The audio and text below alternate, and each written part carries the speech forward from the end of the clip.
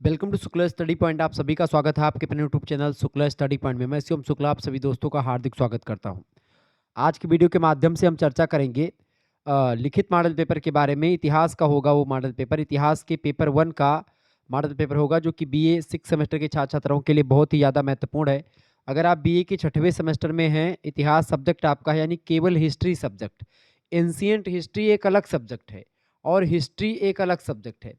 तो जो ancient history है वो प्राचीन इतिहास है, उसका मॉडल पेपर आप लोगों ने देखा होगा, ठीक है। और ये एक प्रकार से इतिहास है। तो इतिहास जो होता है एक प्रकार से ये अलग सब्जेक्ट है, और एंशियंट इतिहास यानी एंशियंट हिस्ट्री ये अलग है। दोनों का एक प्रकार से अलग अलग पेपर होता है। क्लियर? तो आप चाहे तो मध्यकालीन इतिहास यानी कि केवल इतिहास पढ़ सकते हैं, और चाहे तो आप प्राचीन इतिहास पढ़ सकते हैं। तो इतिहास में भी आपको 2 पेपर देखने को मिलेगा। तो पेपर 1 का मॉडल पेपर हम लोग देखेंगे, जिसके अंतर्गत आपको एक प्रकार से era of Gandhi and mass communication, मतलब कि जो एक प्रकार से जो जन आंदोलन रहा है उसके बारे में आपको यहाँ पर पढ़ना है, ठीक है। यानी गांधी का युग और जन आंदोलन, ये आपके पेपर का नाम है, पेपर नंबर 1 का। पेपर नंबर 2 की अगर बात की तो पेपर नंबर 2 की बात किया तो बहुत सारे पेपर हैं पेपर 2 में। जैसे कि 3 पेपर आपको पेपर 2 में देखने को मिलेंगे। अब जो भी आपका होगा वो अपने हिसाब से आप पढ़ेंगे। बाकी मैं प्रयास करूंगा कि सबका एक एक मॉडल पेपर मैं आपको दे दूं। जैसे कि मध्यकालीन भारत का सामाजिक, सांस्कृतिक और आर्थिक इतिहास पढ़ना है आपको। बीए 6 सेमेस्टर इतिहास के पेपर 2 में 1700 ईस्वी से लेकर के 1900 ईस्वी तक का इतिहास पढ़ना है। मध्यकालीन भारत का सामाजिक, सांस्कृतिक और आर्थिक इतिहास, ये पेपर नंबर 2 का पहला खंड है। आप चाहें तो ये पढ़ सकते हैं। अगर ये आपको पसंद नहीं आता तो इसके स्थान पर आप आधुनिक विश्व का इतिहास भी पढ़ सकते हैं, 1815 ईस्वी से लेकर के 1945 तक, ठीक है। अगर ये भी आपको पसंद नहीं आता है तो आप पढ़ सकते हैं इतिहास की व्यावसायिक उपयोगिता, ठीक है। तो इस तरीके से 3 ये पेपर आपको मिलेंगे। इन तीनों में से केवल एक पेपर आपको पेपर 2 में छांटना होगा, ठीक है। आइए चर्चा करते हैं कि आखिरकार पेपर 1 का जो लिखित मॉडल पेपर है, जैसे अति लघु उत्तरीय, लघु उत्तरीय और दीर्घ उत्तरीय प्रश्न जो आपसे पूछे जाते हैं वो क्या होते हैं। क्लियर? चलिए, गांधी का युग और जन आंदोलन, ये पेपर का नाम है। आपकी बारी यहीं से प्रश्न आपकी परीक्षा में आएंगे, ये बात ध्यान रखिएगा। 2024-25 का मॉडल पेपर है ये। बहुत ही महत्वपूर्ण प्रश्नों को हमने इसमें समाहित किया हुआ है। खंड आ की अगर बात करें, खंड आ, बा और सा 3 खंड में आपका पेपर बटा हुआ होता है। खंड आ में अति लघु उत्तरीय प्रश्न आपको देखने को मिलते हैं, जिनकी संख्या 10 होती है। सभी प्रश्न करने अनिवार्य होते हैं। 50 शब्दों में एक प्रश्न का उत्तर लिखना होता है अति लघु उत्तरीय का। उसके लिए 2 अंक आपको दिए जाते हैं, यानी 2 नंबर मिलते हैं। पहला प्रश्न आपकी स्क्रीन पर आ चुका है। असहयोग आंदोलन क्या होता है, बताएं।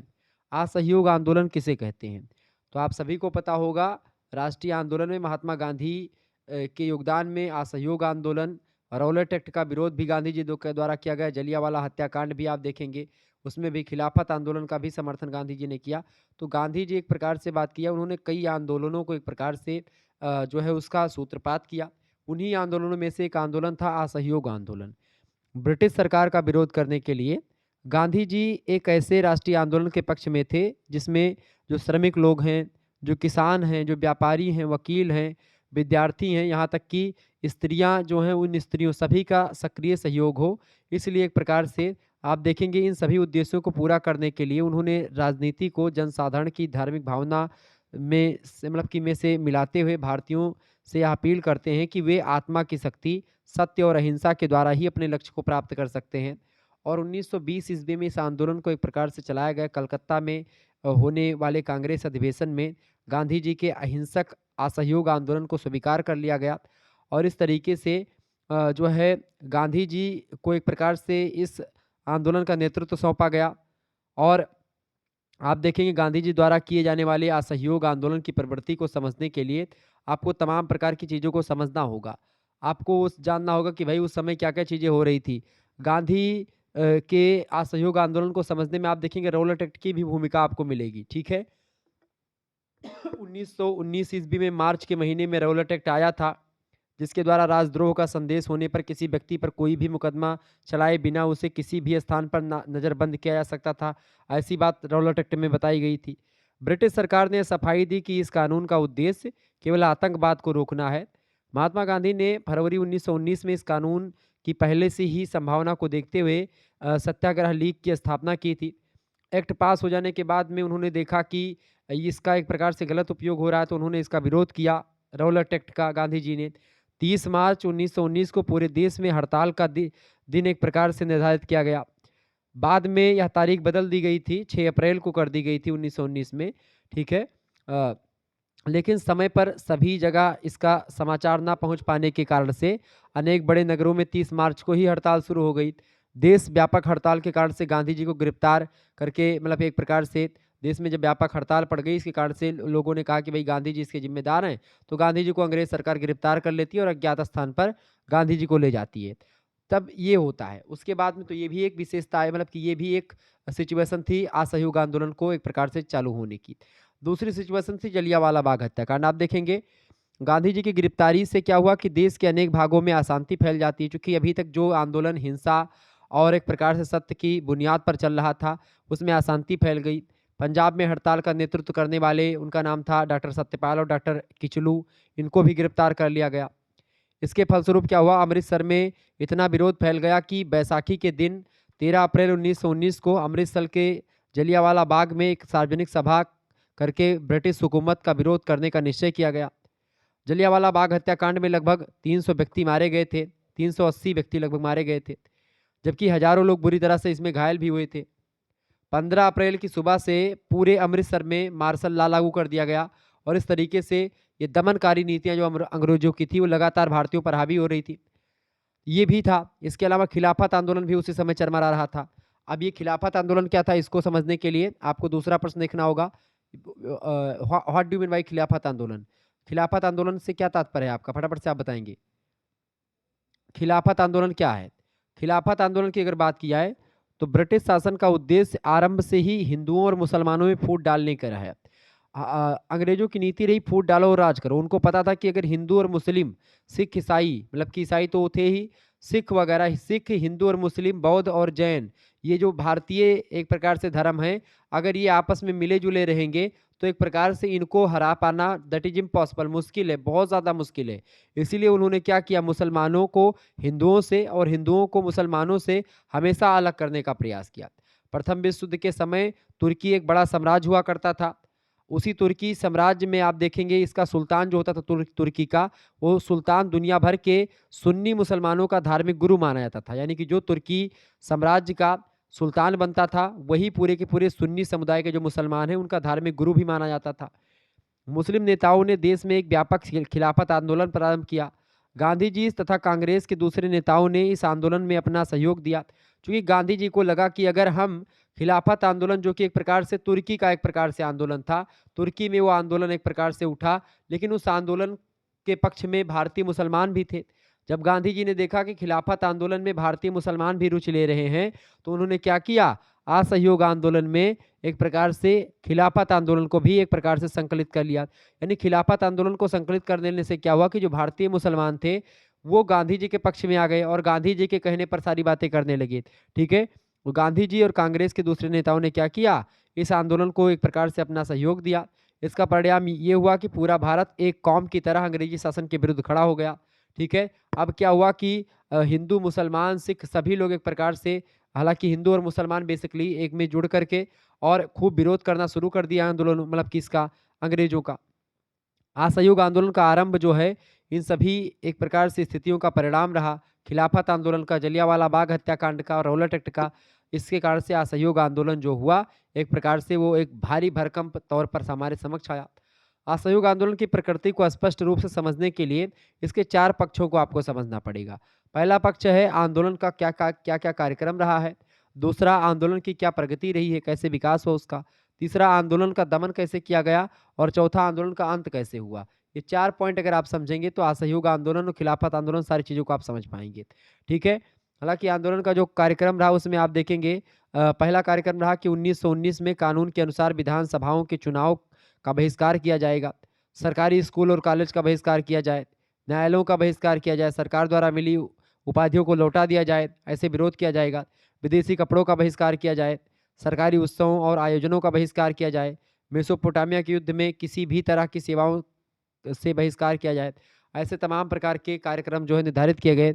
आंदोलन की प्रगति हुई, तमाम प्रकार के चीज़ें इसमें करी गई। तो इस तरीके से आंदोलन जो हुआ, आंदोलन इस प्रकार से आगे बढ़ा। तो ये था आपका असहयोग आंदोलन और खिलाफत आंदोलन। आगे देखेंगे तीसरा प्रश्न आपकी स्क्रीन पर आ चुका है, काकोरी कांड क्या है, बताएं। काकोरी कांड के बारे से, मतलब के बारे में आप क्या जानते हैं। काकोरी कांड की बात की जाए तो आप एक संस्था का नाम सुने होंगे, हिंदुस्तान रिपब्लिक एसोसिएशन।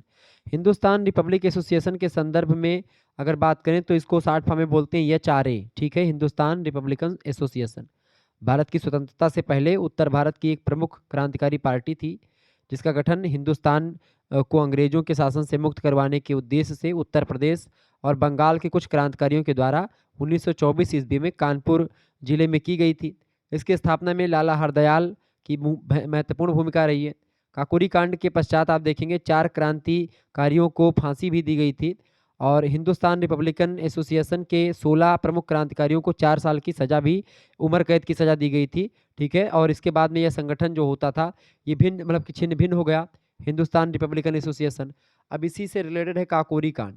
काकोरी कांड की बात की है तो हिंदुस्तान रिपब्लिकन एसोसिएशन की ओर से प्रकाशित घोषणा पत्र और पार्टी के संविधान को लेकर बंगाल पहुंचे दल को दो नेता, एक तो सचिंद्र नाथ सन्याल बांकुरा, उनमें पर्चे बांटते हुए गिरफ्तार हो गए। और योगेश चंद्र चटर्जी की बात की तो हावड़ा स्टेशन पर ट्रेन से उतरते ही पकड़े गए। उन दोनों को अलग अलग जेलों में बंद कर दिया गया। किसको किसको? सचिंद्र नाथ सान्याल बांकुरा को, योगेश चंद्र चटर्जी को, इन दोनों को एक प्रकार से अलग अलग जेलों में बंद कर दिया गया। इन नेताओं के गिरफ्तार हो जाने से जो राम प्रसाद बिस्मिल हैं उनके कंधों पर पार्टी का संपूर्ण दायित्व जो है वो आ जाता है। धन की आवश्यकता पहले से ही थी और अब और बढ़ गई, चूंकि ये लोग अंदर हो गए, बंद हो गए। 7 मार्च 1925 को क्या हुआ कि बिचपुरी तथा 24 मई 1925 को द्वारकापुरी में 2 डकैतियां डाली गई पैसों के लिए, क्योंकि एक प्रकार से पैसा था नहीं और संस्था को चलाने के लिए पैसे की बड़ी आवश्यकता थी। तो 7 मार्च 1925 और 24 मई 1925, 7 मई 1925 को बिचपुरी में एक प्रकार से डाका डाला गया और 24 मई 1925 को द्वारकापुर में डाका डाला गया, ठीक है। और कुछ विशेषज्ञ धनराशि कुछ विशेष धनराशि इसमें प्राप्त नहीं हुई, कि ज़्यादा कुछ धन संपत्ति नहीं मिली, लेकिन सरकारी खजाना लूटने का निर्णय एक प्रकार से, तब जब इसमें सफलता नहीं पाई ये लोग, तब इन्होंने सोचा कि अब सरकारी खजाना को ही लूटा जाए, इससे पैसा मिलेगा। तो 9 अगस्त की बात है, 9 अगस्त 1925 को लखनऊ जिले के काकोरी रेलवे स्टेशन के आगे 8 down Saharanpur Lucknow passenger train को चेन खींचकर रोक लिया गया और उसमें रखा हुआ सरकारी खजाना लूट करके सभी इस क्रांतिकारी जो सभी क्रांतिकारी थे वो फरार हो जाते हैं। अंग्रेज सरकार ने क्या किया, हिंदुस्तान रिपब्लिकन एसोसिएशन के कुल 40 क्रांतिकारियों को क्या किया, गिरफ्तार कर लिया और उन सबको लखनऊ ला करके काकोरी कांड की साजिश करा दिया, ठीक है। काकोरी कांड में ये लोग शामिल थे। काकोरी कांड काकोरी रेलवे स्टेशन से आगे एक प्रकार से इसको लूटा गया था जो सरकारी खजाने को, उसी से रिलेटेड है। इसमें 16 प्रमुख क्रांतिकारी थे, उनको 4 साल की सजा दी गई थी। कुछ क्रांतिकारियों को एक प्रकार से फांसी की सजा सुनाई गई थी, ठीक है, 4 क्रांतिकारियों को खास करके। इस तरीके से ये था एक प्रकार से काकोरी कांड, जिसके बारे में मैंने आपको बताया। चौथा क्वेश्चन आप देखेंगे, गदर पार्टी। गदर पार्टी के बारे में आप क्या जानते हैं, फटाफट से आप लोग बताने का प्रयास करेंगे। गदर पार्टी की अगर बात की जाए तो गदर पार्टी जो है ये भारत की पराधीनता से मुक्त कराने के उद्देश्य से बनाई गई थी, एक संगठन था। इसे अमेरिका और कनाडा के भारतीयों ने मिल करके बनाया था गदर पार्टी को।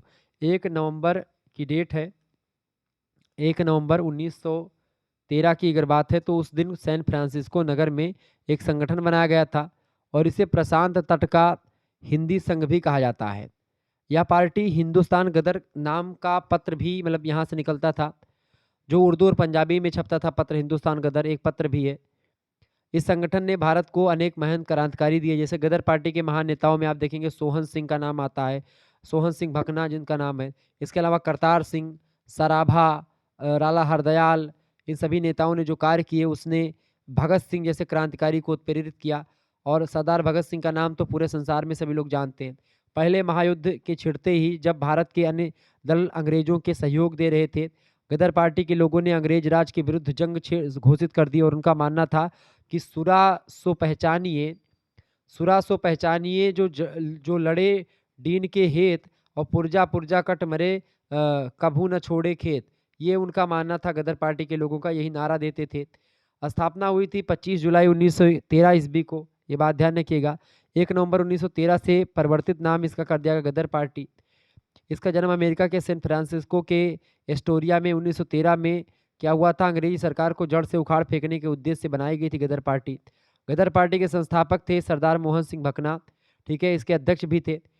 और इसके अतिरिक्त केसर सिंह और लाला हरदयाल, लाला बाकुरदास धुरी और पंडित काशीराम मदरोरी, ये सभी लोग ने मिलकर के स्थापना करवाई। स्थापना के बाद पार्टी की पहली बैठक जो है ये हुई थी सैक्रामेंटो कैलिफोर्निया में, दिसंबर 1913 में आयोजित की गई थी पहली बैठक। इसमें कार्यकारिणी के सदस्यों की घोषणा भी करी गई। तो इस तरीके से आप देखें करतार सिंह सराभा, इसके अलावा सिंह, इसके अलावा संतोष सिंह, अरुण सिंह, पृथ्वी सिंह, पंडित जगत राम, करम सिंह चीमा और इसके अलावा निधान सिंह चुघ और संत बसाखा सिंह, पंडित मुंशी राम मतलब कि हरनाम सिंह कोटला और नोद सिंह, ये सब शामिल थे। तो इस तरीके से तमाम प्रकार के एक प्रकार से लोग इसमें शामिल थे। तो ये थी गदर पार्टी। गदर पार्टी की पहली सभा के विचार थे कि अंग्रेज राज के विरुद्ध हथियार उठाना जो है गद्दारी नहीं है। मतलब अगर अंग्रेज राज के खिलाफ अगर आप हथियार उठाएंगे तो गद्दारी नहीं मानी जाएगी, ठीक है। इसीलिए आप देखेंगे कि अंग्रेजी राज के विरुद्ध हम लोग जो है उनका आज्ञाकारी नहीं बनेंगे, हम उनके घोर दुश्मन हैं और हम हमारे लिए वो एक प्रकार से बंदूक उठा सकते हैं तो हम उनके लिए भी एक प्रकार से बंदूक उठा सकते हैं।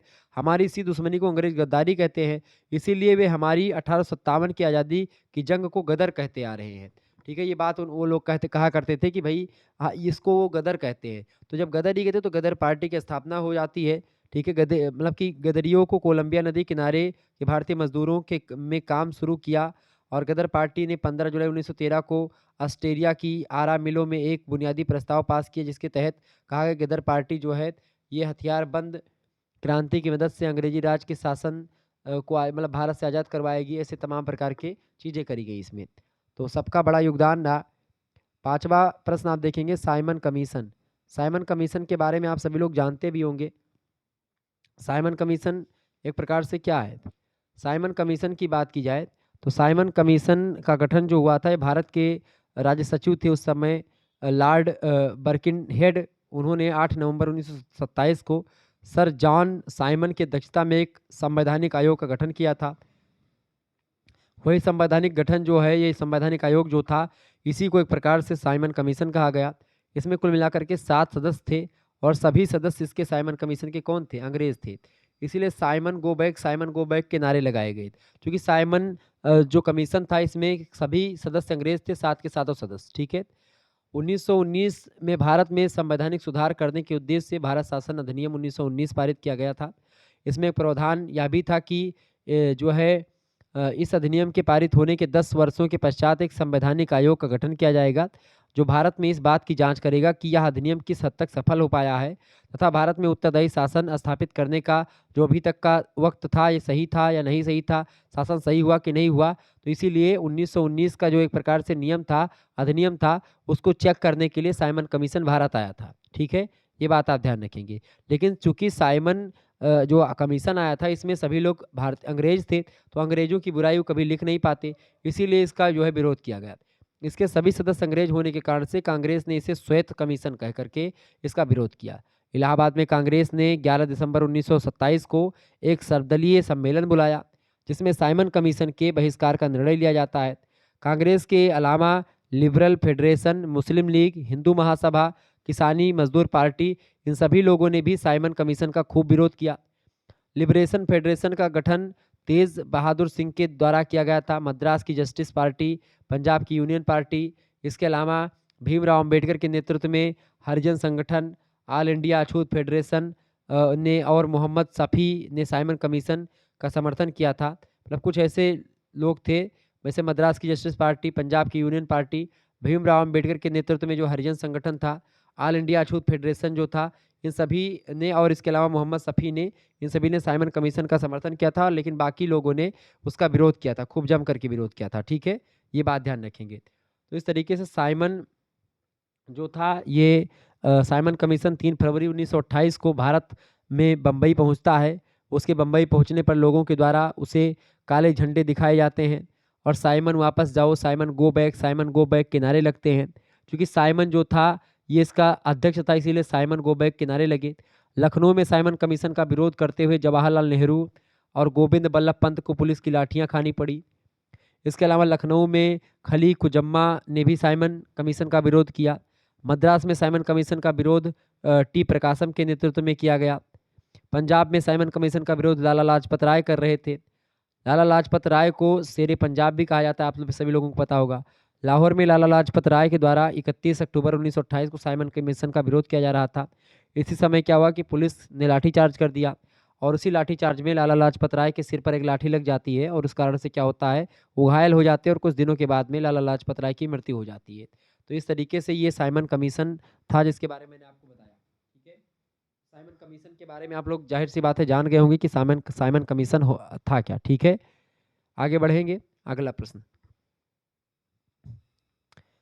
छठा क्वेश्चन आपके स्क्रीन पर आ चुका है। सविनय अवज्ञा आंदोलन, सविनय अवज्ञा, विनय के साथ अवज्ञा करेंगे, यानी विनय के साथ हम लोग आपकी बातों को नहीं मानेंगे। कौन लोग? भारतीय लोग अंग्रेजों की बातों को नहीं मानेंगे, यानी आप जो कहोगे उसको मैं नहीं मानूंगा, विनय के साथ। ठीक है, चूंकि आप देखेंगे सविनय अवज्ञा आंदोलन वो है, गांधी जी ने अहिंसात्मक सिद्धांतों के आधार पर 1920-21 में ब्रिटिश सरकार के विरुद्ध असहयोग आंदोलन प्रारंभ किया था। इसके पश्चात क्या हुआ, देश की संवैधानिक समस्याओं को हल करने के लिए सरकार की ओर से साइमन कमीशन भारत आता है। उसकी रिपोर्ट निरर्थक होती है, क्योंकि उसकी रिपोर्ट में जो बातें बताई गई, ठीक है, वो एक प्रकार से निरर्थक थी, उसका कोई मतलब नहीं था। इसके प्रत्युत्तर में कांग्रेस भारत मतलब कि कांग्रेस जो है भारत मतलब कि कांग्रेस जो है, जो साइमन कमीशन भारत आया था उसकी रिपोर्ट प्रस्तुत करी, मतलब जो साइमन आया था इसकी रिपोर्ट को स्वीकार करने के लिए सरकार को 1 वर्ष का समय दिया गया। इस अवधि के समाप्त हो जाने पर 1929 में लाहौर अधिवेशन में 31 दिसंबर की रात्रि को 12 बजे सभी कार्यकर्ताओं ने रावी नदी के तट पर तिरंगे के नीचे पूर्ण स्वराज शब्द की मांग के संबंध में प्रस्ताव इस प्रकार पारित किया कि वर्तमान परिस्थिति में कांग्रेस का गोलमेज सम्मेलन भाग लेना बेकार है और अब पूर्ण स्वराज की मांग की जाएगी। पूर्ण स्वराज की मांग रावी नदी के तट पर मध्यरात्रि में 12 बजे 31 दिसंबर को ये निर्णय लिया गया और अध्यक्ष उस समय थे भीम मतलब ये क्या नाम है, पंडित जवाहरलाल नेहरू। सविनय अवज्ञा आंदोलन आप देखेंगे यहीं से प्रारंभ हुआ। इसमें सबसे पहली बात 1928 की नेहरू रिपोर्ट जो थी समिति के पास नेहरू रिपोर्ट भेजी गई 1928 में, उस नेहरू रिपोर्ट को ठुकरा दिया गया सरकार के द्वारा। पहला चीज ये था सविनय अवज्ञा आंदोलन होने का। दूसरी बात, भारत को औपनिवेशिक स्वराज प्रदान करने से मना कर दिया गया था। तीसरी बात, विश्व मंदी के कारण से किसानों और मजदूरों की दशा बिगड़ चुकी थी और उनमें साम्यवादी विचारों का उदय हो रहा था, जिसे रोकने के लिए कांग्रेस को कदम उठाना आवश्यक था। चौथी बात, सन 1928 ईस्वी में बारदोली में सरदार पटेल ने भी भूमि कर देने से संबंधित आंदोलन का सफल प्रयोग कर लिया था। तो इस तरीके से ये सब बातें हो रही थी। इसके अलावा आप देखेंगे उपरोक्त के अतिरिक्त आप देखेंगे गांधी जी ने यह भी अनुभव किया था कि यदि देश में स्वाधीनता के लिए शीघ्र ही शांतिपूर्ण अहिंसक आंदोलन न चलाया गया तो देश में हिंसात्मक क्रांति होने की बहुत संभावना बढ़ जाएगी। इस कारण से महात्मा गांधी ने सविनय अवज्ञा आंदोलन प्रारंभ कर दिया।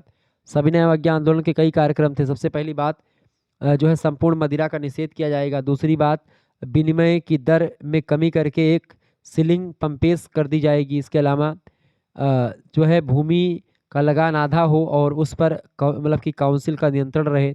इसके अलावा नमक कर को समाप्त कर दिया जाए, सेना का खर्चा आधा कर दिया जाए, बड़ी बड़ी सरकारी नौकरियों का वेतन आधा कर दिया जाए, विदेशी वस्त्रों के आयात पर निषेध कर दिया जाए, भारतीय समुद्र तट भारतीय जहाज़ों के लिए सुरक्षित रहे, सभी राजनीतिक कैदियों को रिहा कर दिया जाए और राजनीतिक मामले खत्म कर दिए जाएं। इसके अलावा गुप्तचर पुलिस को या तो समाप्त कर दिया जाए या फिर उन पर जनता का नियंत्रण रहे, ऐसा किया जाए। इसके अलावा आत्मरक्षा के लिए हथियार रखने के लाइसेंस भी दिए जाएं। तो इस तरीके से सविनय अवज्ञा आंदोलन के ये कुछ कार्यक्रम थे जो मैंने आपको बताए। आगे देखेंगे 7वां प्रश्न है, भारत छोड़ो आंदोलन के बारे में आप क्या जानते हैं? फटाफट से आप बताएंगे। भारत छोड़ो आंदोलन बताइएगा। भारत छोड़ो आंदोलन, भारत छोड़ो आंदोलन महात्मा गांधी जी द्वारा चलाए गए 3 सबसे प्रमुख आंदोलनों में से एक आप मान सकते हैं कि भारत छोड़ो आंदोलन भी एक बढ़िया आंदोलन था गांधी जी का। इस आंदोलन में पूर्ण स्वराज की मांग प्रबलता से रखी गई, एक अंतरिम सरकार बनाने का सुझाव दिया गया और अंग्रेजी राज की भारत से समाप्ति के लिए अंतिम आह्वान किया गया भारत छोड़ो आंदोलन में। इस आंदोलन को अगस्त क्रांति के नाम से भी जाना जाता है, क्योंकि यह 9 अगस्त 1942 को एक प्रकार से शुरू हुआ था। 9 अगस्त 1942 को एक प्रकार से इस आंदोलन की शुरुआत हो गई थी। क्लियर, इसीलिए इसको अगस्त क्रांति कहा जाता था। 24 जुलाई 1942 को वर्धा में हुई कांग्रेस कार्य समिति की बैठक में गांधी जी को आंदोलन की औपचारिक शुरुआत के लिए अधिकृत किया जाता है और 8 अगस्त 1942 को बम्बई में कांग्रेस कार्यकारिणी समिति की बैठक हुई, जिसमें अंग्रेजों से भारत छोड़ने और एक काम चलाऊ सरकार के गठन की बात कही गई।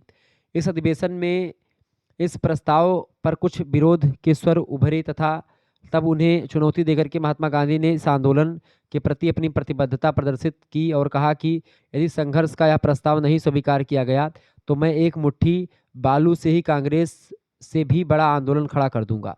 उन्होंने ये भी कहा था। 8 अगस्त 1942 को ऐतिहासिक गोलियां टैंक मैदानों में बैठक हुई और इसी कार्यकारिणी की बैठक में वर्धा प्रस्ताव की पुष्टि की जाती है। भारत छोड़ो आंदोलन का प्रस्ताव पारित होने के बाद गांधी जी ने करो या मरो का नारा दिया। गांधी जी ने कहा आप करो या मरो, ठीक है। और इस प्रकार 8 अगस्त 1942 को यह आंदोलन जो है प्रारंभ हो जाता है। इस तरीके से ये आंदोलन जो है 8 अगस्त या 9 अगस्त 8 अगस्त मतलब बात ही की है, प्रारंभ होता है। और भारत छोड़ो आंदोलन के कई कारण थे, क्योंकि क्रिप्स मिशन असफल हो चुका था, द्वितीय विश्व युद्ध और जापानी आक्रमण का भय भी लगातार बना था, ब्रिटिश साम्राज्य के प्रति बढ़ता अविश्वास, ये भी एक प्रकार से एक समय था कि ब्रिटिश साम्राज्यवाद का महिमा मंडन किया जाता था भारतीय लोगों के द्वारा। लेकिन द्वितीय विश्व युद्ध में संघर्ष कमजोर होती ब्रिटिश शक्ति को देख करके लोगों को बल मिला। लोग अब यह सोचने लगे कि अंग्रेजी हुकूमत को हराना कोई असंभव बात नहीं है, क्योंकि अंग्रेजों को हरा चुके थे कई बार लोग जो थे। इस तरीके से भारत छोड़ो आंदोलन को एक प्रकार से एक नींव मिलती है। और चूंकि विदेशों में तमाम प्रकार के आंदोलन और विश्व युद्ध जब होने लगे, द्वितीय विश्व युद्ध समापन हुआ और संयुक्त राष्ट्र संघ का गठन किया गया। मतलब बाद में 1939 से ही विश्व युद्ध प्रारंभ होगा, 1946 से 45 में बंद हुआ था, ठीक है। लेकिन फिर भी आप देखेंगे इसी बीच में तमाम प्रकार के जनता जागरूक होने लगती है और लोगों को इसकी वास्तविकता के बारे में पता चलता है अंग्रेजों की, ठीक है, कि ये किस तरीके से सारी चीज़ें करते हैं। तो भारत छोड़ो आंदोलन चलाया गया 9 अगस्त 1942 को। 8वां क्वेश्चन आप देखें, क्रिप्स मिशन क्या है? क्रिप्स मिशन के बारे में बताएं। क्रिप्स मिशन की अगर बात करें तो द्वितीय विश्व युद्ध चल ही रहा था कि ऐसी स्थिति में भारतीयों का समर्थन प्राप्त करने के लिए ताकि भारतीय लोग द्वितीय विश्व युद्ध में अंग्रेजों का साथ दें, इंग्लैंड का साथ दें भारतीय सैनिक, इसके लिए 1942 में सर स्टेफोर्ड क्रिप्स की अध्यक्षता में एक मिशन भारत में भेजा जाता है कि आप भारतीयों को मनाइए। यह मिशन भारतीय राज्य व्यवस्था में कुछ संवैधानिक सुधार करने के प्रस्ताव लेकर के भारत में आया था। इसके अध्यक्ष थे स्टेफोर्ड क्रिप्स, इसी कारण से इसको क्रिप्स मिशन कहा जाता है। सर स्टेफोर्ड क्रिप्स ब्रिटेन के एक वामपंथी नेता थे। वे तत्कालीन हाउस ऑफ कॉमन्स के नेता थे। स्टेफोर्ड क्रिप्स तत्कालीन ब्रिटिश प्रधानमंत्री विंस्टन चर्चिल के युद्ध मंत्रिमंडल में मंत्री भी रह चुके थे। इन्होंने भारत के राष्ट्रीय आंदोलन का सक्रिय समर्थन भी किया था। क्रिप्स मिशन को भारत भेजने का क्या कारण था? इसके कई कारण थे। पहला कारण यह था कि वर्ष 1939 से 1945 के बीच में द्वितीय विश्व युद्ध लड़ा गया था।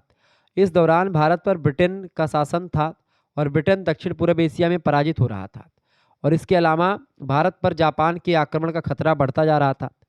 जापान भारत की पूर्वी सीमा पर दस्तक दे रहा था और ऐसे में ब्रिटेन के लिए यह आवश्यक हो गया था कि वह जल्द से जल्द भारतीयों का समर्थन प्राप्त करे। दूसरी बात, द्वितीय विश्व युद्ध के दौरान रूस, चीन जैसे मित्र राष्ट्रों के द्वारा ब्रिटेन पर निरंतर यह दबाव बनाया जा रहा था कि वह यथाशीघ्र भारत का सहयोग प्राप्त करे और भारत का सहयोग अगर न मतलब कि मिल जाएगा तो फिर आप विजयी हो जाएंगे, क्योंकि भारत के सैनिक जो थे एक प्रकार से बिना मतलब खाए पिए भी लड़ते रहते हैं, बहुत पावरफुल होते हैं। तीसरी बात यह थी कि भारतीय राष्ट्रवादियों का मत था कि यदि युद्ध के उपरांत भारतीयों को पूर्ण स्वतंत्रता प्रदान की जाए तो वे मित्र राष्ट्रों का समर्थन करने को तैयार हैं। अगर स्वतंत्रता आप दोगे तो मैं आपका समर्थन करूंगा, अगर नहीं दोगे तो समर्थन नहीं करूंगा, ठीक है। ये सारी चीज़ें थी। आगे और समझेंगे क्रिप्स मिशन के बारे में। 9वां क्वेश्चन आपके स्क्रीन पर आ चुका है, कैबिनेट मिशन क्या था? कैबिनेट मिशन, कैबिनेट मिशन की अगर बात करें तो कैबिनेट मिशन जो था ये भी एक प्रकार से एक योजना थी। द्वितीय विश्व युद्ध की समाप्ति के पश्चात ब्रिटेन में क्लीमेंट इटली के नेतृत्व में नई सरकार का गठन होता है। उससे पहले विंस्टन चर्चिल थे। तो जब द्वितीय विश्व युद्ध समाप्त हो जाता है 1945 के बाद से, तो क्लीमेंट इटली जो है ब्रिटेन के प्रधानमंत्री बनते हैं। नई सरकार का गठन होता है। लेबर पार्टी की इस सरकार ने भारत की समस्या के अस्थायी समाधान के लिए एक 3 सदस्यीय उच्च स्तरीय संसदीय समिति का गठन किया था। 3 सदस्य इसमें थे और इसको भारत भेजा गया। इस समिति के 3 सदस्यों में व्यापार बोर्ड के अध्यक्ष, उनका नाम था स्टेफोर्ड क्रिप्स, वो थे। सैन्य सदस्य थे, उनका नाम था AB अलेक्जेंडर, और भारत के सचिव थे लॉर्ड पैंथिक लॉरेंस।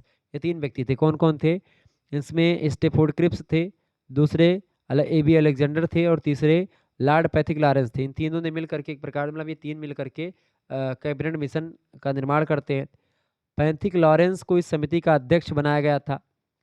ठीक है, भारत आने वाले 3 सदस्यों की इस समिति को ही इतिहास में कैबिनेट मिशन का नाम दिया गया और यह मिशन मार्च 1946 को भारत पहुंचा था। कब पहुंचा था? मार्च 1946। ठीक है, ध्यान रखिएगा इस बात को। कैबिनेट मिशन की अगर बात की है तो इसके बारे में कई सारी चीज़ें बताई जाती हैं। कैबिनेट मिशन के कई कार्य हैं, जैसे कि कैबिनेट मिशन भारत में संविधान निर्माण के तरीके पर विचार विमर्श करने के लिए आया था। यह ब्रिटिश सरकार के निर्वाचित प्रतिनिधियों और देशी रियासतों के साथ वार्तालाप करके एक ऐसी आम सहमति बनाना चाहता था जिससे एक निर्विवाद संविधान का गठन किया जा सके। दूसरी बात, यह एक ऐसी कार्यकारिणी परिषद की स्थापना करना चाहता था कैबिनेट मिशन जिसे भारत में लगभग सभी प्रमुख दलों का समर्थन प्राप्त हो। इसके अलावा तीसरी बात ये थी कि समेकित रूप से कहा जाए तो कैबिनेट मिशन भारत को शांतिपूर्ण जो है तरीके से सत्ता हस्तांतरित करने के उपाय खोजना चाहता था और संविधान निर्माण करने की सर्वसम्मति निर्मित करना चाहता था। तो इस तरीके से ये एक प्रकार से संविधान समिति के गठन के लिए आया था जो है कैबिनेट मिशन। आगे बढ़ते हैं और भी प्रश्न। 10वां प्रश्न आपकी स्क्रीन पर आ चुका है। माउंट बैटन योजना क्या थी? बताएंगे। माउंट बैटन योजना की अगर बात की जाए, फटाफट से आप बताएंगे। माउंट बैटन योजना की अगर मैं बात बताऊं तो लॉर्ड माउंट बैटन भारत के विभाजन और सत्ता के त्वरित हस्तांतरण के लिए भारत आए थे। प्रारंभ में यह सत्ता हस्तांतरण विभाजित भारत की भारतीय सरकारों को डोमिनियन के दर्जे के रूप में प्रदान की जानी थी। लेकिन 3 जून 1947 को लॉर्ड माउंटबेटन ने अपनी योजना प्रस्तुत की जिसमें भारत की राजनीतिक समस्या को हल करने के लिए विभिन्न चरणों की रूपरेखा प्रस्तुत की गई। अब इस योजना में कई सारी बातें थी। पहली बात तो ये कि भारत और पाकिस्तान में विभाजित किया जाएगा, बांटा जाएगा। लॉर्ड माउंटबेटन योजना खास करके भारत के विभाजन से रिलेटेड एक योजना है। ठीक है, 3 जून 1947 को यह योजना भारत में आई थी।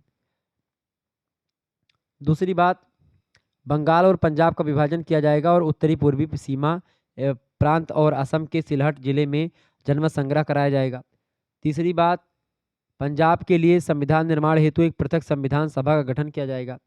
इसके अलावा रियासतों को यह छूट दी जाएगी या होगी कि या तो वो पाकिस्तान जाएं या फिर भारत में सम्मिलित हो जाएं या फिर खुद का स्वतंत्र राष्ट्र भी घोषित कर सकते हैं वो। पांचवी बात ये थी कि भारत और पाकिस्तान को सत्ता हस्तांतरण के 15 अगस्त 1947 का दिन नियत किया गया था कि इस दिन आपको एक प्रकार सत्ता दे दी जाएगी। इसके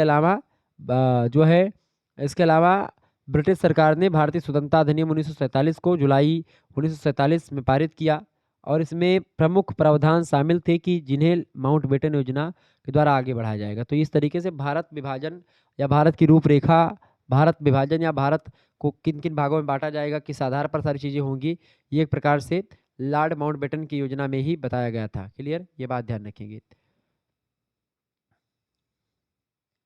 आगे देखिएगा, कोई 4 या 5 प्रश्न आपको करने होते हैं खंडबा से।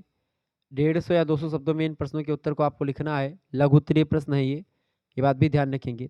प्रश्न है, भारत के विभाजन एवं स्वतंत्रता पर चर्चा कीजिए। भारत के विभाजन एवं स्वतंत्रता की अगर बात की जाए तो जो लॉर्ड माउंटबेटन योजना आई थी वो भारत विभाजन की विवेचना करने के लिए ही आई थी, भारत विभाजन की रूपरेखा प्रस्तुत कर रही थी। इसमें विभाजन और स्वतंत्रता की अगर बात करें, पहली बात ये कि सभी राजनीतिक दलों ने माउंटबेटन योजना को स्वीकार कर लिया।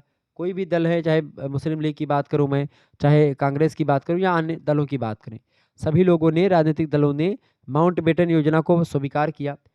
दूसरी बात, सर रेडक्लिफ की अध्यक्षता में 2 आयोगों का ब्रिटिश सरकार ने गठन किया जिनका कार्य था कि विभाजन की देखरेख और नए गठित होने वाले राष्ट्रों की जो अंतर्राष्ट्रीय सीमाएं हैं उन सीमाओं को निर्धारित करने की, कहाँ से भारत की सीमा होगी कहाँ तक और कहाँ से पाकिस्तान की सीमा कहाँ तक होगी। ठीक है, इसके अलावा जो है स्वतंत्रता के समय भारत में लगभग 562 से लेकर के 565 छोटी बड़ी रियासतें थी।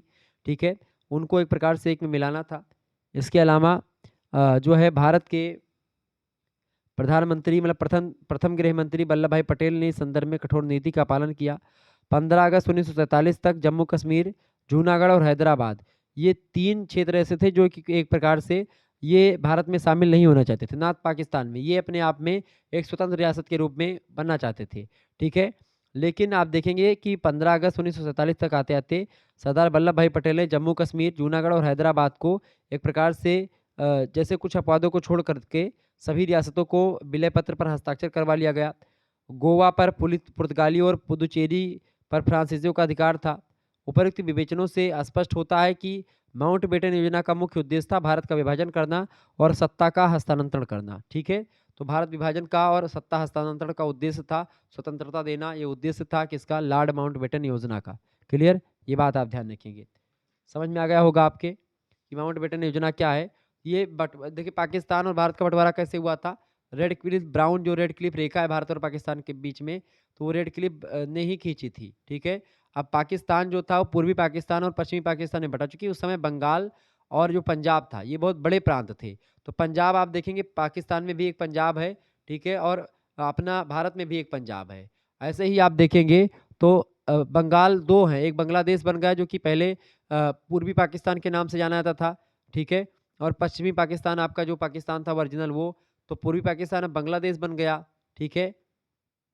बांग्लादेश बन गया तो बांग्लादेश वो पहले पूर्वी बंगाल का है, मतलब कि पूर्वी बंगाल कहते थे। पश्चिम बंगाल जो आज हमारे भारत में है वो पश्चिम बंगाल था, वो पूर्वी बंगाल था। वहाँ पर मुस्लिम ज़्यादा थे पूर्वी बंगाल में, पश्चिम बंगाल में हिंदू ज़्यादा थे, ठीक है?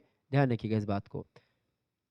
दूसरा क्वेश्चन आपके स्क्रीन पर आ चुका है, नेताजी सुभाष चंद्र बोस का आज़ादी में क्या योगदान रहा है? प्रश्न बढ़िया है। नेताजी सुभाष चंद्र बोस की अगर बात की जाए तो अपने राजनीतिक जीवन की शुरुआत देश में चल रहे असहयोग आंदोलन से उन्होंने करी थी। उन्होंने भारतीय राष्ट्रीय कांग्रेस की सदस्यता भी हासिल करी नेताजी ने।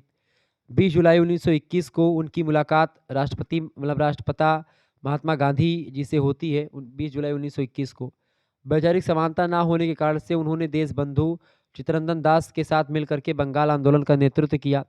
सुभाष चंद्र बोस क्रांतिकारी विचारधारा मतलब विचारों के व्यक्ति रहे हैं। उनके अंदर जो है असीम साहस, अनूठे शौर्य और अनूठी संकल्प शक्ति का अनंत प्रवाह विद्यमान था। उन्हें वर्ष 1921 में अपने क्रांतिकारी विचारों और गतिविधियों का संचालन करने के कारण से पहली बार 6 महीने के लिए जेल जाना पड़ा था। ये थे नेताजी सुभाष चंद्र बोस। उस समय आईसीएस की परीक्षा होती थी, जैसे आज आईएएस की परीक्षा होती है, ऐसे उस समय आईसीएस की परीक्षा होती थी, जो कि एक प्रकार से पूरे के पूरे भारत ही नहीं बल्कि संसार की एक टफ परीक्षाओं में से एक वो थी परीक्षा। उस परीक्षा को एक प्रकार से इन्होंने अव्वल दर्जे में, टॉप दर्जे में पास किया था नेताजी सुभाष चंद्र बोस जी ने। ठीक है, ये बात ध्यान रखिएगा। और 1939 में गांधी जी से मतभेद भी हो गया था इनका, और उसके कारण से सुभाष चंद्र बोस ने कांग्रेस की अध्यक्षता जो है उससे इस्तीफा दे दिया था। जो कि गांधी जी जब चुनाव हुआ गांधी और उस समय सुभाष चंद्र बोस जी के बीच में, तो उस समय पट्टाभी सीतारामैया को खड़ा किया था किसने? गांधी जी ने। तो पट्टाभी सीतारामैया बहुत कम वोट पाते हैं और नेताजी सुभाष चंद्र बोस चूंकि लोकप्रिय थे, इनको ज़्यादा वोट मिलता है तो ये जीत जाते हैं। लेकिन तो गांधी जी ने फिर कहा कि ये मेरी हार नहीं, ये पट्टाभी सीतारामैया की हार नहीं, ये मेरी हार है। जब गांधी जी के इन वचनों को सुना नेताजी ने, तो नेताजी ने कहा कि गांधी जी से बड़ा कुछ भी नहीं है, अब आप जो है अध्यक्षता करिए, मैं अध्यक्षता नहीं करूंगा, मैं इस्तीफा देता हूँ इस पद से। तो नेताजी सुभाष चंद्र बोस गांधी जी की बहुत रिस्पेक्ट करते थे, बहुत इज्जत करते थे, भले ही उनके विचार आपस में ना मिलते रहे हों, लेकिन फिर भी तो उन्होंने इस्तीफा दे दिया। फिर उन्होंने आज़ाद हिंद फौज और फॉरवर्ड ब्लॉक की स्थापना भी करी। 18 अगस्त 1945 को एक विमान दुर्घटना में नेताजी की रहस्यमयी तरीके से मृत्यु हो जाती है। अब इसका एक प्रकार से क्या हुआ, कैसे हुआ, इसका पूरा एग्जैक्ट जानकारी नहीं मिलती है। कि कुछ लोग कहते हैं कि नेताजी बहुत दिनों तक जिंदा रहे, ठीक है, लेकिन इसके बारे में कोई नहीं। 18 अगस्त को दुर्घटना होती है विमान में 1945 में, और शायद उनकी मृत्यु हो जाती है। नेताजी सुभाष चंद्र बोस का जन्म हुआ था 23 जनवरी 1897 को। उड़ीसा के कटक के समीप एक बंगाली परिवार रहता था, उसी बंगाली परिवार में, संपन्न बंगाली परिवार में हुआ था। बोस जी के पिताजी का नाम था जानकीनाथ बोस और माता जी का नाम था प्रभावती। 1921 में भारत में बढ़ती हुई राजनीतिक गतिविधियों का समाचार पाकर के बोस अपनी सर्विस, जो सिविल सर्विस थी, उसको छोड़ देते हैं और भारतीय राष्ट्रीय कांग्रेस के साथ जुड़ जाते हैं। बोस महात्मा गांधी के अहिंसावादी विचारों से बिल्कुल सहमत नहीं थे, ठीक है, ये बात ध्यान रखिएगा। तो इस तरीके से गांधी मतलब इन्होंने कई सारा काम किया। और ये सुभाष चंद्र बोस जो हैं, ये एक प्रकार से आप देखेंगे 1941 में जब कलकत्ता की अदालत में मुकदमा पेश होना था इनको, तो पता चला कि वह घर छोड़ करके कहीं चले गए हैं। दरअसल सुभाष चंद्र बोस जो थे वो भेष बदल कर भारत छोड़ करके सबसे पहले काबुल जाते हैं, फिर काबुल से जर्मनी में जाकर के हिटलर से मिलते हैं। उन्होंने जर्मनी में भारतीय स्वतंत्रता संगठन और एक प्रकार से आज़ाद हिंद रेडियो की स्थापना की। जर्मनी से गोताखोर नाव और जापान पहुँचे, मतलब नाव से जापान पहुँचे। अंग्रेज़ों के खिलाफ लड़ने के लिए उन्होंने जापान के सहयोग से आज़ाद हिंद फौज का गठन किया। उसके बाद में इन्होंने, आप देखेंगे, युवाओं का आह्वान करते हुए इन्होंने कहा कि तुम मुझे खून दो, मैं तुम्हें आज़ादी दूंगा, ये नारा दिया। नेताजी के नाम से प्रसिद्ध सुभाष चंद्र ने सशक्त क्रांतिक द्वारा भारत को स्वतंत्र कराने के उद्देश्य से 31 अक्टूबर 1943 को आज़ाद हिंद सरकार की स्थापना करी और आज़ाद हिंद फौज का गठन किया। इस संगठन का प्रतीक चिन्ह पर एक दहाड़ते हुए बाघ का चिन्ह बना होता था। नेताजी अपनी आज़ादी, मतलब अपनी आज़ाद हिंद फौज के साथ 4 जुलाई 1944 को बर्मा पहुंचे और यहीं पर उन्होंने प्रसिद्ध नारा दिया कि तुम मुझे खून दो, मैं तुम्हें आज़ादी दूंगा। 18 अगस्त 1945 को टोक्यो जाते समय ताइवान के पास नेताजी का एक हवाई दुर्घटना में निधन हो जाता है, लेकिन उनका शव नहीं मिल पाया। ये एक प्रकार से रहस्यमयी घटना है। तो द्वितीय विश्व युद्ध के में जापान की हार के बाद नेताजी को नया रास्ता ढूंढना जरूरी था। उन्होंने रूस से सहायता मांगने का निश्चय किया था। 18 अगस्त 1945 को नेताजी हवाई जहाज से मंचूरिया की तरफ जा रहे थे और इस सफ़र के दौरान वे लापता हो जाते हैं। इस तरीके से कई बात इनके बारे में कही जाती है। 18 अगस्त की डेट को एक प्रकार से क्या हुआ इसको किसी को नहीं पता। 23 अगस्त 1945 को टोक्यो रेडियो ने बताया कि जो है सैगोन में नेताजी एक बड़े बम वर्षक विमान से आ रहे थे। 18 अगस्त को ताइवोकू हवाई अड्डे के पास उनका विमान दुर्घटनाग्रस्त हो गया। नेताजी गंभीर रूप से जल गए थे और अस्पताल में लाया गया था, जहां उन्होंने दम तोड़ दिया था, ऐसी बात बताई जाती है। तो नेताजी सुभाष चंद्र बोस के एक प्रकार से बहुत सारे योगदान रहे हैं। तीसरा क्वेश्चन आप देखिएगा, प्रश्न है क्रिप्स मिशन के मुख्य प्रावधान लिखिए। क्रिप्स मिशन के मुख्य प्रावधान बताइए भाई, फटाफट से आप बताने का प्रयास करेंगे। क्रिप्स मिशन के प्रावधान की अगर बात की है तो क्रिप्स मिशन का क्या प्रावधान है भैया? क्रिप्स मिशन के प्रावधान फटाफट से आप बताएंगे। क्रिप्स मिशन की अगर बात हो ही गई है तो क्रिप्स मिशन मैंने आपको बता दिया था, ठीक है। भारतीयों का समर्थन प्राप्त करने के लिए ये चीज़ एक प्रकार से आई थी। क्रिप्स मिशन के कई प्रावधान थे। पहला प्रावधान ये था कि इसके अंतर्गत कहा गया था कि युद्ध के बाद भारत को डोमेनियन स्टेटस प्रदान किया जाएगा और भारत किसी भी घरेलू या बाहरी सत्ता के अधीन नहीं रहेगा। भारत अपनी इच्छा के अनुसार ब्रिटिश राष्ट्रमंडल से संबंध विच्छेद भी कर सकेगा। ये एक प्रकार से कहा गया था क्रिप्स मिशन के प्रावधान में। दूसरी बात कही गई थी कि युद्ध के उपरांत प्रभुत्व स्थिति वाला भारतीय संघ स्थापित किया जाएगा। यह संघ राष्ट्रमंडल, संयुक्त राष्ट्र और अंतर्राष्ट्रीय निकायों के साथ अपने संबंध स्थापित करने के लिए स्वतंत्र होगा, किसी का कोई दबाव नहीं होगा। तीसरी बात ये कही गई थी कि युद्ध के बाद एक संविधान निर्मात्री सभा गठित की जाएगी। इसके सदस्य अंशतः प्रांतीय विधानसभाओं और अनुपातिक प्रतिनिधित्व के द्वारा निर्वाचित होंगे और अंशतः रियासतों के द्वारा मनोनीत भी होंगे। चौथी बात ये कही गई कि यदि कोई प्रांत या देशी रियासत संघ में शामिल होने की इच्छित नहीं होगा तो उसे अपना अलग संविधान बनाने की अनुमति भी होगी, ठीक है। इसके अलावा इस दौरान भारत की रक्षा की जिम्मेदारी ब्रिटिश सरकार की ही रहेगी और गवर्नर जनरल की शक्तियां यथावत बनी रहेंगी। इस तरीके से क्रिप्स मिशन में प्रावधान किया गया था कि अगर आप जो है हमारा द्वितीय विश्व युद्ध में समर्थन हमको देते हैं तो हम आपको आज़ाद कर देंगे, ठीक है। ये प्रावधान किया गया था। इस मिशन के माध्यम से एक ऐसी संविधान सभा के निर्माण की बात कही गई थी जो पूरी तरह से भारतीयों के द्वारा निर्मित होनी थी। इसमें पूर्व अगस्त प्रस्ताव में, इसके पूर्व जो है अगस्त प्रस्ताव में जिस संविधान सभा के निर्माण की बात कही गई थी वह पूरी तरह से भारतीयों से निर्मित नहीं थी। दूसरी बात, क्रिप्स मिशन के माध्यम से संविधान सभा के गठन की एक ठोस योजना प्रस्तुत की गई थी। संविधान सभा का हिस्सा नहीं बनने की इच्छा रखने वाले प्रांत या देशी रियासत के लिए अलग संविधान बनाने का जो प्रावधान किया गया था वह असल में भारत के विभाजन का एक प्रयास था, ताकि पाकिस्तान भी बन सके और बांग्लादेश भी बन सके और भी तमाम सारे देश बन सके। इसके अंतर्गत भारत को अपनी इच्छा से राष्ट्रमंडल का सदस्य बनने या नहीं बनने का विकल्प भी दिया गया था। इस तरीके से क्रिप्स मिशन के तमाम प्रकार के प्रावधान किए गए थे।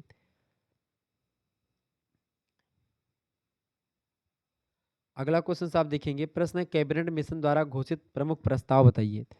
कैबिनेट मिशन जो था एक प्रकार से ये भारत की आज़ादी और भारत की विभाजन, एक प्रकार से कैबिनेट मिशन जो था ये युद्ध की समाप्ति के बाद में ब्रिटेन में क्लीमेंट एटली की सरकार बनती है और उसके बाद में लेबर पार्टी की सरकार बनती है और उसके बाद में भारतीयों की समस्या है उस समस्या की ख़त्म करने के लिए एक प्रकार से 3 सदस्यों की कमेटी आती कैबिनेट मिशन, जो भारत में एक प्रकार से संविधान निर्मात्री सभा गठित करेगी, ऐसा बताया गया था। इसमें कई प्रमुख प्रस्ताव थे, जैसे कि भारत एक संघ होगा, इसमें कितने कैबिनेट मिशन की अगर बात की, इसमें 3 सदस्य थे। पहले थे, उनका नाम था स्टेफोर्ड क्रिप्स, ठीक है? ये उस समय मतलब व्यापार बोर्ड के अध्यक्ष थे। स्टेफोर्ड क्रिप्स वो शामिल थे। सैन्य सदस्य थे उस समय एबी अलेक्जेंडर, वो शामिल थे। भारत सचिव थे उस समय लॉर्ड पैथिक लॉरेंस, वो शामिल थे। यानी कि स्टेफोर्ड क्रिप्स और लॉर्ड पैथिक लॉरेंस और एबी अलेक्जेंडर, ये तीनों शामिल थे। लॉर्ड मतलब कि जो इसमें पैथिक लॉरेंस थे, इस समिति के अध्यक्ष बनाए गए थे। ओके। और कैबिनेट मिशन जो था, ये एक प्रकार से ये मिशन 1946 में भारत पहुंचा था, मार्च महीने में। क्लियर? इसके प्रमुख प्रस्ताव में अगर बात की, पहला प्रस्ताव था कि भारत एक संघ होगा और इसमें ब्रिटिश भारत के प्रांत तथा देसी दोनों रियासतें शामिल होंगी। दूसरी बात, इसमें कहा गया था कि प्रत्येक प्रांत की अपनी अपनी अलग अलग कार्यपालिका और विधायिका होगी तथा उसे अपने संबंध में निर्णय लेने का जो अधिकार होगा वो पूरा दिया जाएगा। तीसरा प्रावधान जो इसका किया गया वो ये किया गया था कि प्रत्येक प्रांत को यह अधिकार होगा कि वह संविधान लागू होने के 10 वर्ष के बाद अपनी विधानसभा में बहुमत के द्वारा प्रस्ताव पारित करके संविधान पर पुनर्विचार करवा सकेगा। ठीक है? इसके अलावा चौथी बात ये कही गई कि इसके अंतर्गत भारत में प्रांतों का विभाजन 3 समूहों में किया गया। एक समूह था का, एक समूह था खा और एक गा था गा। ठीक है? इस तरीके से किया गया। इसके अलावा एक संविधान निर्मात्री सभा के गठन का प्रस्ताव भी कैबिनेट मिशन के अंतर्गत ही रखा गया था।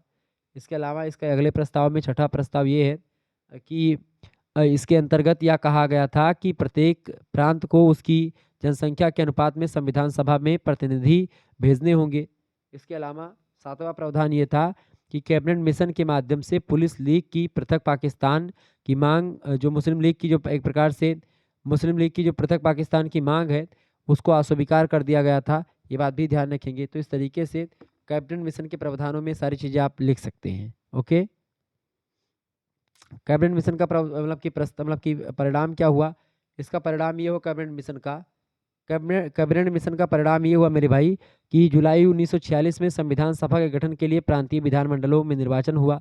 इसके बाद वायसराय की अंतरिम सरकार के गठन का प्रस्ताव रखा गया। इसके अंतर्गत निर्धारित किया गया कि अंतरिम सरकार में कुल 14 सदस्य शामिल होंगे। इनमें से 6 सदस्य भारतीय राष्ट्रीय कांग्रेस से, 5 मुस्लिम लीग से और 3 अन्य अल्पसंख्यकों की ओर से शामिल होंगे। इसके अलावा 12 अगस्त 1946 को वायसराय ने जवाहरलाल नेहरू को अंतरिम सरकार बनाने के लिए आमंत्रित किया और इसके विरोध में मुस्लिम लीग ने 16 अगस्त 1946 को प्रत्यक्ष कार्रवाई दिवस की शुरुआत की।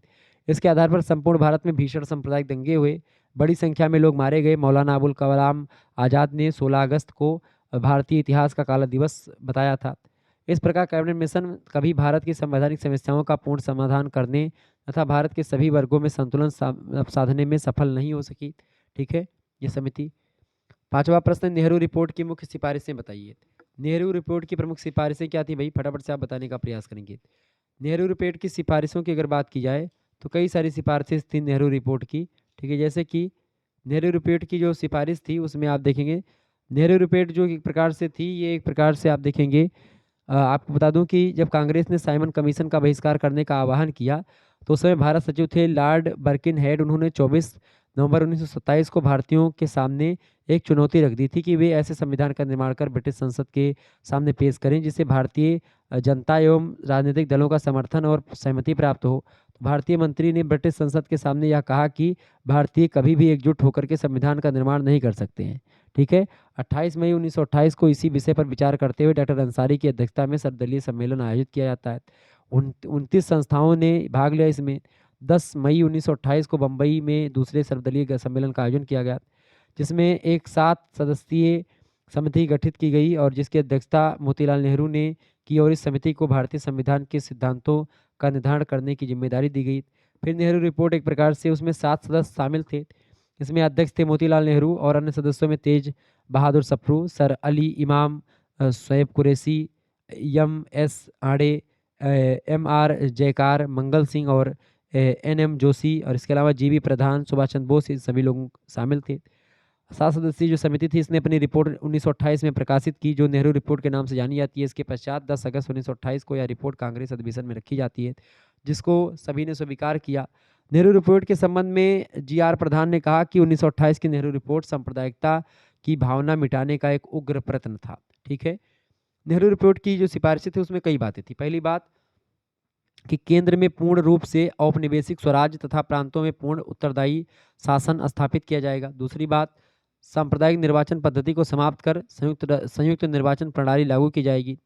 केंद्र व जिन प्रांतों में मुस्लिम अल्पसंख्यक हैं, उनमें कुछ स्थान मुस्लिमों के लिए आरक्षित किए जाएंगे। वहाँ मुस्लिम बहुसंख्यक हो, वहाँ व्यवस्था लागू नहीं हो। ठीक है, जहाँ पर मुस्लिम बहुसंख्यक होंगे वहाँ पर व्यवस्था नहीं लागू होगी, जहाँ पर अल्पसंख्यक होंगे वहीं पर लागू होगी। तीसरी बात, संघीय व्यवस्था लागू की जाए। चौथी बात, नागरिकों के मूल अधिकारों के साथ भारत को एक धर्मनिरपेक्ष राज्य घोषित किया जाए। पांचवा, केंद्र व राज्य में उत्तरदायी सरकार की स्थापना की जाए।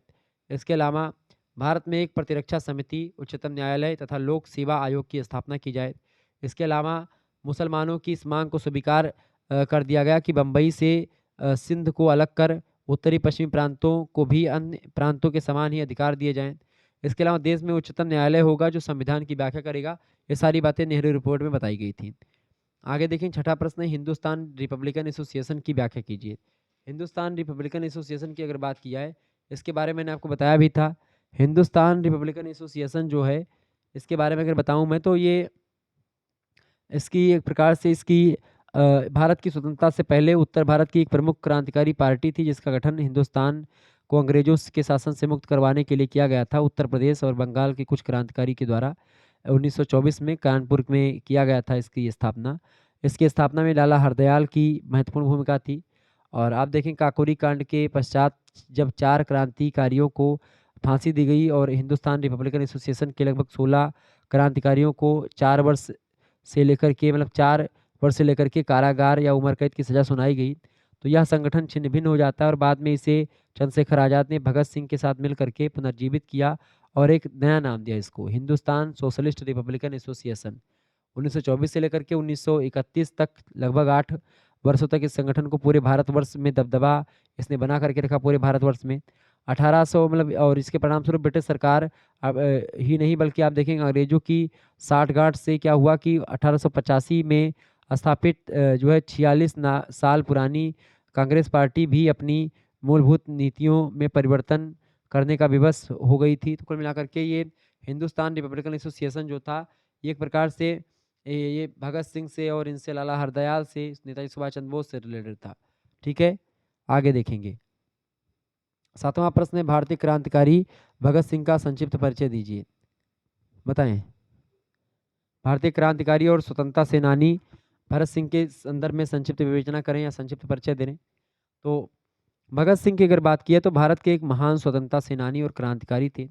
चंद्रशेखर आज़ाद और पार्टी और आप देखेंगे गदर पार्टी के अन्य गदर पार्टी बोल रहा हूँ, चंद्रशेखर आज़ाद और पार्टी के अन्य सदस्यों के साथ मिलकर के कांग्रेस पार्टी मिलकर के इन्होंने भारत की स्वतंत्रता के लिए अभूतपूर्व साहस के साथ शक्तिशाली ब्रिटिश सरकार का मुकाबला किया। पहले लाहौर में बर्नी सैंडर्स की हत्या और उसके बाद में दिल्ली की केंद्रीय संसद में बम विस्फोट करके ब्रिटिश साम्राज्य के विरुद्ध खुले विद्रोह को बुलंदी प्रदान करी। उनका नाम था भगत सिंह। इन्होंने असेंबली में बम फेंक करके सरकार ने इनको मतलब फेंकने के उसमें सरकार ने इन्हें 23 मार्च 1931 को इनके 2 अन्य साथियों के साथ, राजगुरु और सुखदेव के साथ, इनको गिरफ्तार कर लिया। फांसी पर लटका दिया गया इनको 23 मार्च 1931 को। भगत सिंह का जन्म हुआ था 28 सितंबर 1907 को। एक सिख परिवार में जन्म हुआ था। इनके पिताजी का नाम था सरदार किशन सिंह, माताजी का नाम था विद्यावती कौर। अमृतसर में 13 अप्रैल 1919 को हुए जलियांवाला बाग हत्याकांड ने भगत सिंह की सोच पर गहरा प्रभाव डाला। लाहौर के नेशनल कॉलेज की पढ़ाई इन्होंने छोड़ दी और छोड़ करके भगत सिंह ने भारत की आज़ादी के लिए नौजवान भारत सभा की स्थापना करी। और इसके अलावा वर्ष 1922 में चौरी चौरा हत्याकांड के बाद में आप देखेंगे गांधी जी ने जब किसानों का साथ नहीं दिया तब भगत सिंह बहुत निराश हुए और वह इस निष्कर्ष पर पहुंचे कि सशस्त्र क्रांति की स्वतंत्रता दिलाने का एक प्रयास एकमात्र रास्ता है और विद्रोह किया जाएगा और शस्त्र अस्त्र के साथ तभी कुछ संभव है। भगत सिंह चंद्रशेखर आज़ाद के साथ उनकी पार्टी हिंदुस्तान रिपब्लिकन एसोसिएशन से जुड़ गए और एक नया नाम ने उसको दिया, हिंदुस्तान सोशलिस्ट रिपब्लिकन एसोसिएशन। इस संगठन का उद्देश्य था सेवा, त्याग और जो है पीड़ा मेल सकने वाले नवयुवक तैयार करना। भगत सिंह ने राजगुरु के साथ मिलकर के 17 दिसंबर 1928 को लाहौर में सहायक पुलिस अधीक्षक रहे और अंग्रेज अधिकारी जेपी सैंडर्स को मारा था। ठीक है, क्रांतिकारी साथी बटुकेश्वर दत्त के साथ मिलकर के भगत सिंह ने वर्तमान नई दिल्ली स्थित ब्रिटिश भारत की तत्कालीन सेंट्रल असेंबली में के सभागार में संसद भवन में 8 अप्रैल 1929 को अंग्रेज सरकार को जगाने के लिए बम फेंके थे। और इसके अलावा बम फेंकने के बाद वहीं पर दोनों ने अपनी गिरफ्तारी भी करवा दी थी, सरेंडर कर दिया था तुरंत। तो काकोरी कांड में 4 क्रांतिकारियों को फांसी दी गई थी, 16 कारावास में बंद किए गए थे। उसमें भगत सिंह एक प्रकार से बहुत जो है अग्रणी थे। उन्होंने 1928 में अपनी पार्टी नौजवान भारत सभा का हिंदुस्तान रिपब्लिकन एसोसिएशन में विलय कर दिया और उसे एक नया नाम दिया, हिंदुस्तान सोशलिस्ट रिपब्लिकन एसोसिएशन। ठीक है, तो इस तरीके से भारतीय क्रांतिकारी भगत सिंह और स्वतंत्रता सेनानी भगत सिंह के बारे में मैंने कुछ बताया। आगे देखेंगे, अगला प्रश्न है 8वां नंबर प्रश्न आप देखेंगे, असहयोग आंदोलन के कार्यक्रमों को लिखिए। असहयोग आंदोलन के क्या क्या कार्यक्रम थे भाई, फटाफट से आप बताने का प्रयास करेंगे। असहयोग आंदोलन के कार्यक्रमों की अगर बात की जाए तो कई सारे कार्यक्रम हैं असहयोग आंदोलन के। ठीक है, देखिए असहयोग आंदोलन मैंने आपको बताया था कि ये कई चीज़ों का परिणाम था। रॉलेट एक्ट का विरोध भी हो रहा था, खिलाफत आंदोलन को भी शामिल किया महात्मा गांधी ने, जलियांवाला बाग हत्याकांड हो ही गया था। तो उन सभी के विरोध में आप देखेंगे असहयोग आंदोलन चलाया गया। असहयोग आंदोलन की अगर बात की तो इसमें कई कार्यक्रम रखे गए। देखिए पहला कार्यक्रम इसका यही था, मतलब इसमें क्या बताया गया था कि 1919 के कानून के अनुसार विधानसभाओं के चुनावों का बहिष्कार किया जाएगा। तो मतलब कि 1900 चुनाव में जो एक प्रकार से था, या विधानसभा का जो चुनाव होगा उसका बहिष्कार किया जाएगा। ठीक है, ये पहली बात इसमें थी। दूसरी बात ये बताई गई थी कि सरकारी स्कूलों और कॉलेजों का बहिष्कार किया जाएगा। सरकारी कॉलेज और स्कूल में कोई बच्चा नहीं पढ़ेगा, जो पढ़ा रहा है वो नहीं पढ़ाएगा। ठीक है, जो चपरासीगिरी कर रहा है वो अब चपरासी भी नहीं रहेगा, मतलब कि सारा पद छोड़ दो सरकारी। तीसरी बात, न्यायालयों का बहिष्कार किया जाए तथा सरकार के द्वारा मिली मतलब जो उपाधियां हैं उनको लौटा दिया जाए। ये तमाम प्रकार के कार्यक्रम जो है इसमें चलाए गए। इसके अलावा विदेशी कपड़ों का भी बहिष्कार किया जाए, स्वदेशी कपड़ों पर ध्यान दिया जाए। चरखा चलाने की बात गांधी जी करते हैं। इसके अलावा विदेशी कपड़ों के बहिष्कार के अलावा सरकारी उत्सवों और आयोजनों का बहिष्कार किया जाए। कहीं पर सरकारी उत्सव जहाँ पर अंग्रेज अधिकारी के द्वारा करवाया जा रहा हो वो उसमें ना जाएं। इसके अलावा मेसोपोटामिया के युद्ध में भी किसी तरह से की सेनाओं का बहिष्कार किया जाए। इस तरीके से आंदोलन के सारे कई कार्यक्रम थे। असहयोग आंदोलन को सफल बनाने में इन सभी की बड़ी भूमिका रही है। ठीक है, ये बात आप ध्यान रखेंगे। अच्छा, आंदोलन का दमन किया गया था। आंदोलन की व्यापकता से परेशान हो गए थे अंग्रेज, तो उसे सरकार ने क्या किया, अंग्रेज सरकार ने दमन करने का सहारा लिया। कांग्रेस तथा खिलाफत आंदोलन में संबंधित सभी लोगों की बहुत बड़े पैमाने पर गिरफ्तारी की जाने लगी। ऐसा अनुमान है कि लगभग नवंबर 1900 मतलब 1821 सॉरी 1921 ईस्वी से लेकर के अप्रैल 1922 तक के 6 महीनों में से लगभग 30,000 राष्ट्रवादियों को जेल भेज दिया गया था, क्योंकि बहुत परेशान हो गए थे अंग्रेज लोग, क्योंकि हिंदू मुस्लिम एकता का सूत्र था ये। जिन नेताओं में प्रमुख नाम था, जैसे चित्तरंजन दास को बंद किया गया था, मोतीलाल नेहरू थे उसमें, और भी लोग थे उसमें। ठीक है, ये बात आप ध्यान रखेंगे। तो ये था एक प्रकार से असहयोग आंदोलन के कुछ कार्यक्रम जो मैंने आपको बताए। देखिए दीर्घ उत्तरीय प्रश्नों की अगर बात की तो केवल 2 प्रश्न आपको करने हैं खंडशः से।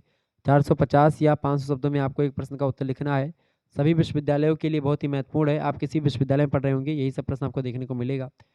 और ऑब्जेक्टिव मॉडल पेपर भी दे दिया है, लिखित मॉडल पेपर तो मैं आज दे रहा हूँ। पेपर 1 का, पेपर 2 का जल्दी आ जाएगा। देखिए अगला है राष्ट्रीय। अच्छा, आप में से जिनका जिनका पेपर 2 में क्या आपने लिया है उसको आप कमेंट करके बता सकते हैं। ठीक है, एक बात और बता दूं, को करिकुलर मास्टर चैनल पर एक प्रकार से communication skill and personality development की क्लासेस हो रही हैं सुबह के 8 बजे, तो आप लोग उसको अटेंड जरूर करें। ठीक है, को करिकुलर मास्टर यूट्यूब चैनल है, नया चैनल मैंने बनाया है, को करिकुलर कोर्स उस पर पढ़ाया जाता है, तो आप उस चैनल को सब्सक्राइब कर लीजिएगा। प्रश्न, राष्ट्रीय आंदोलन में महात्मा गांधी के योगदानों की विवेचना कीजिए।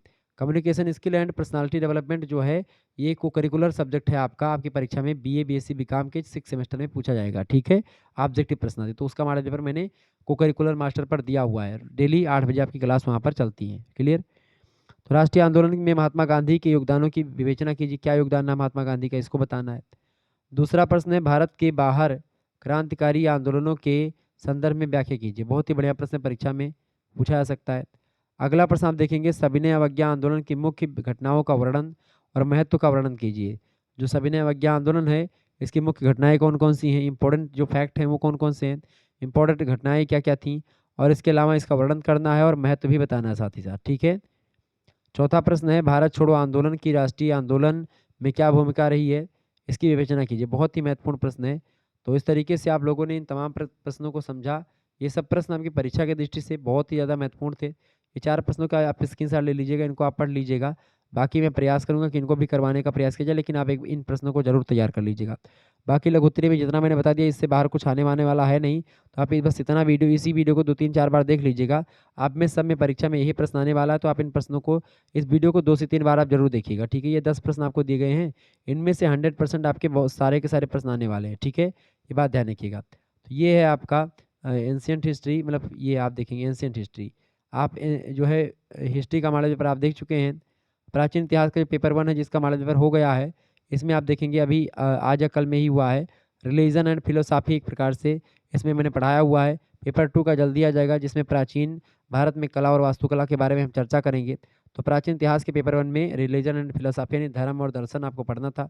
विस्तार से मैंने आपको इसको बताया, तो इस मॉडल पेपर को आप देख लीजिएगा। हर एक सब्जेक्ट का मॉडल पेपर जो है मैंने लगभग बना रखा है, ठीक है? हिंदी का दोनों पेपर, मतलब पेपर 1 पेपर 2 हो गया, ज्योग्राफी का पेपर 1 पेपर 2 हो गया, ऑब्जेक्टिव भी लिखित भी। इसके अलावा आप देखेंगे होम साइंस का भी, ठीक है? शिक्षा शास्त्र का एक बचा हुआ है, जल्दी मैं शिक्षा शास्त्र का पेपर 2 का मॉडल पेपर दे दूँगा। तो इस तरीके से आपके जो मॉडल पेपर बचे हुए हैं, वो 1-2 दिनों में सभी सब्जेक्ट के मॉडल पेपर आपको मिलते रहेंगे, ठीक है? बाकी और जो दिक्कत होगी आप कमेंट करके बताने का प्रयास करेंगे, उस पर वीडियो बनाने का प्रयास कीजिएगा। तो प्राचीन इतिहास का पेपर है, मध्यकालीन इतिहास का ये है, ठीक है? जिसमें आपको गांधी का युग और जन आंदोलन पढ़ना है। क्लियर? तो एक हिस्ट्री होता है, एक एंशिएंट हिस्ट्री होता है। तो एंशिएंट हिस्ट्री जो है मैंने पहले चर्चा कर ली है, ये केवल हिस्ट्री है, यानी कि इतिहास है। धन्यवाद, मिलते हैं फिर नेक्स्ट वीडियो में, तब तक के लिए जय हिंद, जय भारत। आप सभी का बहुत-बहुत धन्यवाद। हमारे से जुड़ने के लिए इसी प्रकार से अपना प्यार बनाए रखेंगे। Good night, I love you, बहुत-बहुत धन्यवाद।